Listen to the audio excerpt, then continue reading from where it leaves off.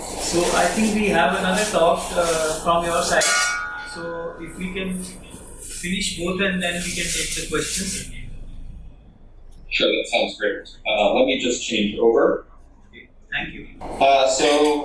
This talk is regarding the benefits and indications for acute pulmonary embolectomy, and I have no disclosures for this talk. And when you think about pulmonary embolisms, this has been known for a very long time. Rudolf Virchow back in 1859 stated that detachments of larger or smaller fragments from the end of the softening thrombus carried by the current of the blood vessels and are driven to remote vessels, and this gives rise to a very frequent process for which I've bestowed the name embolia. Pulmonary embolism is still a very common cause of death. It's what's known as an orphan disease. It's not given a lot of attention, despite the fact that 60 to 200,000 deaths yearly in the United States are attributable to pulmonary embolism. It's the third most common cause of cardiovascular mortality after myocardial infarction and stroke. Pulmonary embolism has been identified in nearly 1 in every 6 patients hospitalized after a first episode of syncope. And about 72 patients in whom pulmonary embolism was detected by computed tomography, the most proximal location of the embolus was the main pulmonary artery, in 41% lobar artery, and about a quarter of segmental artery. This slide here shows as I was mentioning, the location of the thrombus from CT scans, and just under half were in the main pulmonary artery, a quarter were in the lobar artery, and a quarter were in the segmental artery.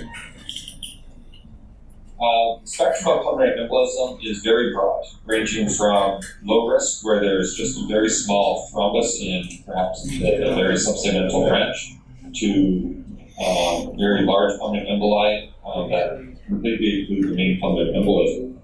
And consequently, the presentation of patients is also completely varied, from totally uncompromised with the total absence of any clinical markers of adverse disease or progress, to massive, where the patient comes in complete cardiogenic shock, if not total collapse. And those patients would potentially require CPR, things requirement of gas exchange, and they have a strong requirement for inotropic support, or even ECMO. In the middle are the submassive patients, and these patients are more challenging, where the blood pressure is greater than 90, but there is great ventricular strain. There can be positive biomarkers between BNP and troponin. The question becomes how to treat these patients. The low risk ones, certainly anticoagulation with heparin or low molecular weight heparin, warfarin, or novel oral anticoagulants is highly appropriate. The massive patients require either immediate thrombolysis, catheter-directed interventions, or surgical embolectomy, or ECMO. But these patients that are submassive is a little bit more challenging with the right therapy is. As we mentioned, the therapy of pulmonary embolism can be either medical, trying to lyse the clot, or at least prevent further clot development with anticoagulation, to catheter interventions. There's various types of aspiration catheters, there's catheter thrombolysis that can be augmented with ultrasound, and of course there's surgical embolectomy. The primary goals of therapy are to prevent, number one, mortality, and secondary goal would be to prevent the late onset of chronic thromboembolic pulmonary hypertension, to improve quality of life, and to prevent future pulmonary embolisms. Thrombolysis is probably well known to us. We're trying to actively dissolve the clot more quickly, and there's various protocols to treat this. There's been some studies looking at the outcomes for a number of patients, up to 1,000, that have embolisms with rare ventricular dysfunction, and tenecteplase and heparin was compared against placebo and heparin, with the primary endpoint of reduction of death and hemodynamic compensation at 7 days. And there was, in fact, a significant difference of that with the patients, their mortality was cut in half with thrombolysis. However, there was significant bleeding complications. So the question is lower systemic thrombolysis better?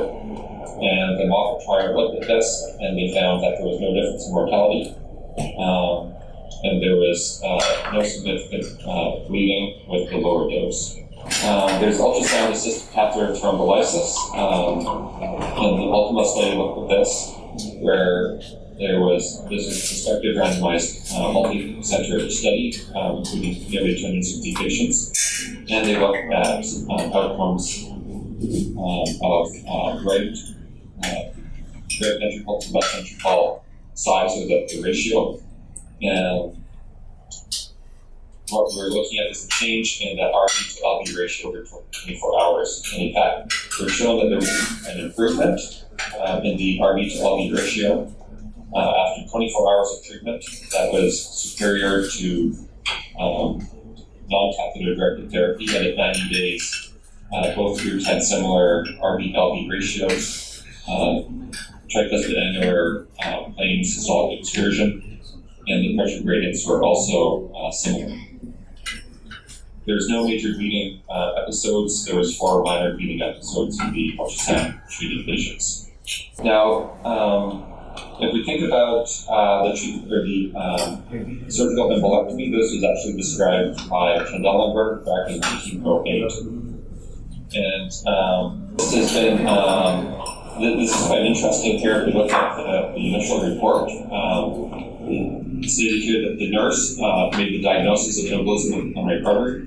The nurse sent the patient to the operating room, and even without the surgeon being in the hospital, when the surgeon finally arrived, the patient was unconscious, had no pulse, had agonal respiration, and the operation began without even disinfecting the hands. The operator put on sterile clothing and rubber gloves, and from the diagnosis to the operation seems impossible, but it was 4 minutes. And then basically they opened the wound and opened up the pulmonary artery and used forceps to put a large embolism from each main branch of the pulmonary artery, and then closed the incision with the clamp, and the operation took about 70 to 80 seconds. Now, interestingly, of the 8 patients that survived the operation, several died thereafter. And the ones that died had continued large pulmonary emboli that were further distal and were not extracted. When I was taught how to do pulmonary embolectomy as a resident, this was not unlike what I was taught. We were taught to make a very small incision in the pulmonary artery without going over the pulmonary bypass, place your finger over the incision, put forceps in, plug and flap, and then close the small arteriole in the artery on the other end of the finger. The mortality for this operation was pretty astounding. It was 37.5% in that case series from 1968 to 88, and that was 96 patients.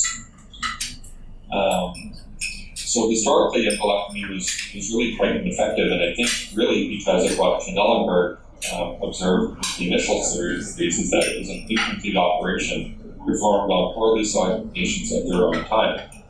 More modern results are better, and I think the surgical pearls is that we need to have early surgical intervention, not waiting until, like Schandellenberg's patient, the patient has suffered cardiac arrest and has no pulse. We need to have safe injection of anesthesia that can avoid the drop in blood pressure that can cause hemodynamic collapse.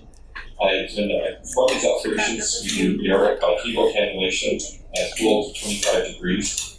I use cardioplegic arrest, and then first open up the left pulmonary artery, followed by the right pulmonary artery, and go from the right pulmonary artery between the aorta and suturing the cable. As Schandellenberg described, I use Russian forceps to extract the bulk of the embolism and use some suction, and then proceed to actual circulatory arrest for brief periods of up to 5 minutes to look as far downstream in the pulmonary arteries as possible. We have a very simple set of instruments: forceps, a suction device, Gelpi retractor, and the scalpel there and the bogey pad I used to modify the suction as shown here, so that we have a nice smooth tip. And I create a small, you can see the burn hole just below my thumb on the section, so that we can control the amount of suction on the pulmonary arteries because they are somewhat fragile. This is a CT scan. You can see a massive pulmonary embolism that's coming through. Historically, it's been considered a contraindication to operate on patients with pulmonary embolisms that are not that do not have a solid component or that are beyond the borders of the pericardium. However, it's found that with these techniques, including circulatory arrest, we can get a very good result with thrombus that extends even to the subsegmental branches. So this is looking at, I know this is a little bit blurry. You can see the diagram of the cardiac oriented with the head towards the right of the screen, the feet going towards the left of the screen. You can see the cross clamp there in the picture, and we've got the forceps retracting at the bottom of the screen, the aorta, and the top of the screen, the superior cava, and then the opening within the right pulmonary artery, and the retraction sutures holding that open. When I first looked in, we were able to take out this plot here, which is shown in the screen, which looks fantastic. However, when we go on to circulatory arrest, you can see distally there that there is a significant thrombus, and there's a camera view there of it. And so there's still a lot of thrombus that remains. So after circulatory arrest, you can see the difference in the view on the left without circulatory arrest, and on the right with circulatory arrest. On the right, you can see a very small orifice up here, but the rest of the pulmonary artery is completely occluded. So we took down all these membranes, essentially performing a limited pulmonary thromboendarterectomy, because there's often some chronic component in these cases. And this is what we took out once we were on circulatory arrest. So this plot here was the one that was taken out before circulatory arrest. All this other stuff we had to use circulatory arrest to remove. So this is one example. The next one is the most impressive example of an embolism that we've taken out. You can see very extensive thrombus can be removed. And I hope you can see this video. On the left is the heart prior to embolectomy. The right atrium is fairly distended, the RV is struggling. After the operation, the right atrium you can see contracting much more vigorously, and the right ventricle has normal function. What we see on the left, by the way, is the classic sign. Here we see the right ventricle outflow contracting, but the rest of the right ventricle is not.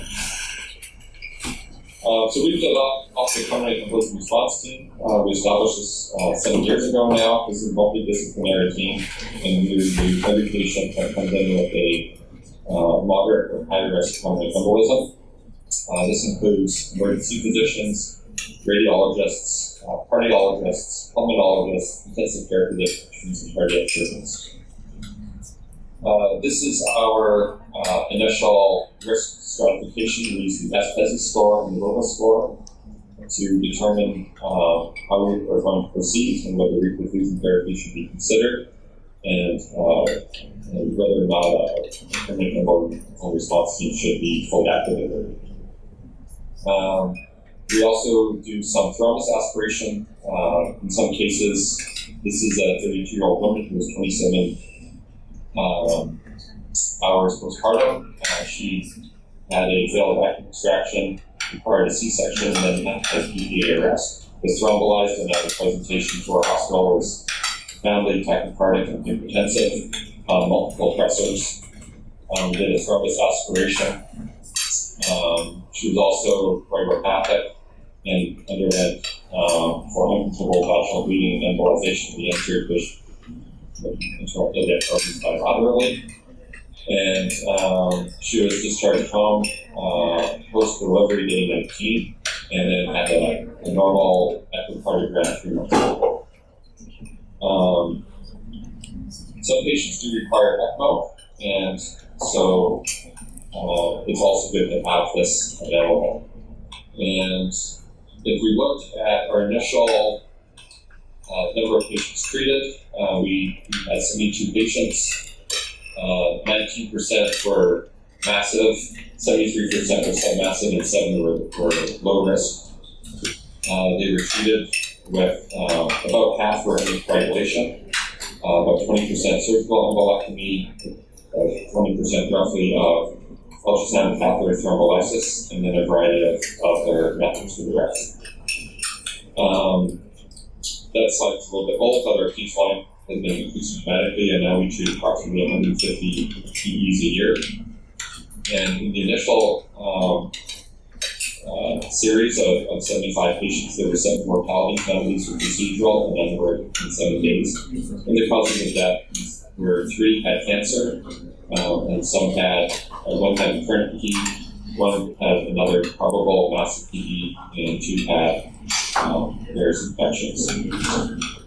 So in conclusion, thrombolytics are an important component of treating massive and submassive pulmonary embolism. This leads to cellular clot lysis with early improvement in hemodynamics. Catheter-based intervention can also be effective and may be safer than systemic therapies to reduce bleeding complications and stroke from massive pulmonary embolisms. Surgical embolectomy is effective and performed number 1 properly, meaning that we do have a good extraction of thrombus and a progress of doing so, and select the appropriate patients, and do that for treatment in submassive patients as well. So thank you very much. Very much enjoyed meeting today, and happy to take any questions from you. Thank you very much, Eric. It was a very nice presentation. And my question is that do you have a different strategy for dealing with the patients who come with chronic pulmonary thrombus and pulmonary artery hypertension as compared to those who come with acute or subacute pulmonary embolism? Yes, that's a very important distinction. So this presentation was focused primarily on the acute pulmonary embolism with the various treatment strategies. In the patients that have chronic thromboembolic pulmonary hypertension, the workup is obviously done electively.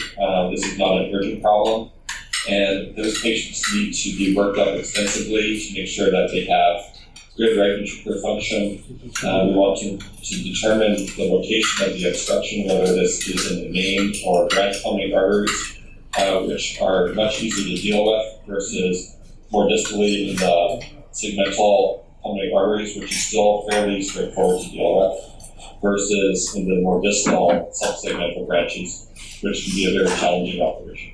And so typically for those patients, we get a full workup, including CT angiogram of the pulmonary arteries. We also get sort of the old-fashioned pulmonary arteriograms, and I like those to be subselective into the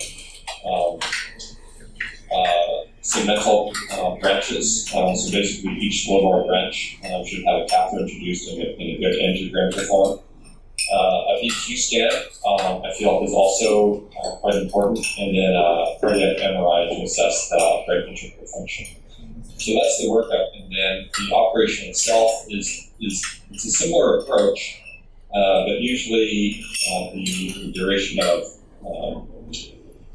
circulatory arrest is longer, and you're really doing an endarterectomy as opposed to an embolectomy. So for the acute embolectomies, I find myself often doing some degree of thromboendarterectomy, where we're getting into a particular layer of the pulmonary artery and really trying to take out that second endothelium.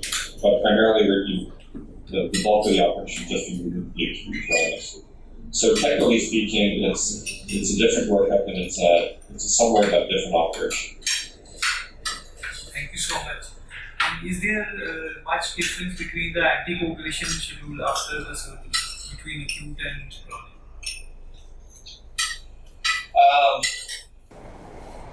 I leave a lot of that decision up to the hematologist, but in short, we typically would start the patient on anticoagulation when the chest tube drainage is acceptable, similar to other cardiac operations. And then I like to see, at least for the acute ones, the patients on at least 6 months of anticoagulation. For the chronic ones, really I think they need lifelong anticoagulation. And in terms of what to anticoagulate with, typically you put them on heparin in the hospital and then switch over to a novel oral or direct oral anticoagulant. Typically takes a time. Thank you so much. I'm really thankful for sparing time and being among us today. And I thank you on behalf of all my cardiology team and hope that we keep on meeting frequently and physically also we hope to meet soon.